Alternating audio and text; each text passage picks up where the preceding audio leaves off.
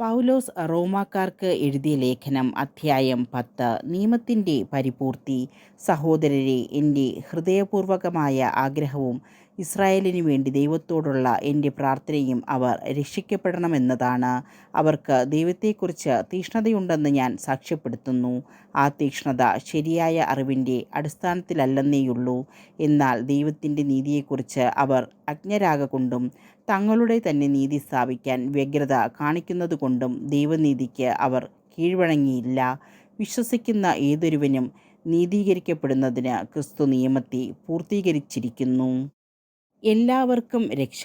നിയമാധിഷ്ഠിതമായ നീതി പ്രവർത്തിക്കുന്നവർക്ക് അതുമൂലം ജീവൻ ലഭിക്കും എന്ന് മോശെ എഴുതുന്നു. വിശ്വാസാധിഷ്ഠിതമായ നീതിയാകട്ടെ ഇങ്ങനെ പറയുന്നു: ക്രിസ്തുവിനെ താഴേക്ക് കൊണ്ടുവരാൻ സ്വർഗത്തിലേക്ക് ആര് കയറും എന്ന് നീ ഹൃദയത്തിൽ പറയരുത്. അഥവാ ക്രിസ്തുവിനെ മരിച്ചവരിൽ നിന്ന് ഉയർത്താൻ പാതാളത്തിലേക്ക് ആര് ഇറങ്ങും എന്നും പറയരുത്. എന്നാൽ പിന്നെ എന്താണ് പറയുന്നത്? വചനം നിനക്ക് സമീപസ്ഥമാണ്, നിന്റെ അധരത്തിലും നിന്റെ ഹൃദയത്തിലും അതുണ്ട്. ഞങ്ങൾ പ്രസംഗിക്കുന്ന വിശ്വാസത്തിൻ്റെ വചനം തന്നെ. ആകയാൽ യേശു കർത്താവാണ് എന്ന് അധരം കൊണ്ട് ഏറ്റുപറയുകയും ദൈവം അവനെ മരിച്ചവരിൽ നിന്ന് ഉയർപ്പിച്ചു എന്ന് ഹൃദയത്തിൽ വിശ്വസിക്കുകയും ചെയ്താൽ നീ രക്ഷ പ്രാപിക്കും. എന്തുകൊണ്ടെന്നാൽ മനുഷ്യൻ ഹൃദയം കൊണ്ട് വിശ്വസിക്കുകയും തന്മൂലം നീതീകരിക്കപ്പെടുകയും ചെയ്യുന്നു. അവൻ അധരം കൊണ്ട് ഏറ്റുപറയുകയും തന്മൂലം രക്ഷ പ്രാപിക്കുകയും ചെയ്യുന്നു. അവനിൽ വിശ്വസിക്കുന്ന ഒരുവനും ലജ്ജിക്കേണ്ടി വരികയില്ല എന്നാണല്ലോ വിശുദ്ധഗ്രന്ഥം പറയുന്നത്. യഹൂദനും ഗ്രീക്കുകാരനും തമ്മിൽ വ്യത്യാസമില്ല. ഒരുവൻ തന്നെയാണ് എല്ലാവരുടെയും കർത്താവ്. തന്നെ വിളിച്ചപേക്ഷിക്കുന്ന എല്ലാവരുടെയും മേൽ അവിടുന്ന് തൻ്റെ സമ്പത്ത് വർഷിക്കുന്നു. എന്തെന്നാൽ കർത്താവിൻ്റെ നാമം വിളിച്ചപേക്ഷിക്കുന്ന എല്ലാവരും രക്ഷ പ്രാപിക്കും.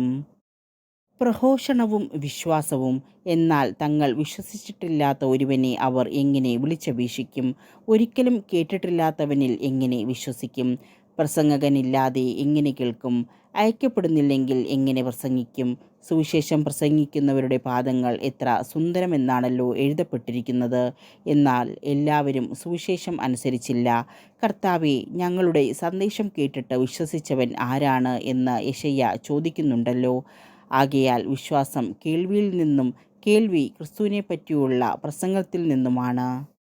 എന്നാൽ അവർ കേട്ടിട്ടില്ലേ എന്ന് ഞാൻ ചോദിക്കുന്നു. തീർച്ചയായും ഉണ്ട്. എന്തെന്നാൽ അവരുടെ ശബ്ദം ഭൂമി മുഴുവനിലും വ്യാപിച്ചിരിക്കുന്നു, അവരുടെ വചനങ്ങൾ ലോകത്തിൻ്റെ സീമകൾ വരെയും. ഞാൻ വീണ്ടും ചോദിക്കുന്നു, ഇസ്രായേൽ ഇത് ഗ്രഹിച്ചില്ലയോ? മുമ്പേ തന്നെ മോശെ ഇങ്ങനെ പറയുന്നു: ഒരു ജനതയല്ലാത്തവരോട് നിങ്ങളിൽ ഞാൻ അസൂയ ജനിപ്പിക്കും, ബുദ്ധിയില്ലാത്ത ഒരു ജനത്തെക്കൊണ്ട് നിങ്ങളെ ഞാൻ പ്രകോപിപ്പിക്കും.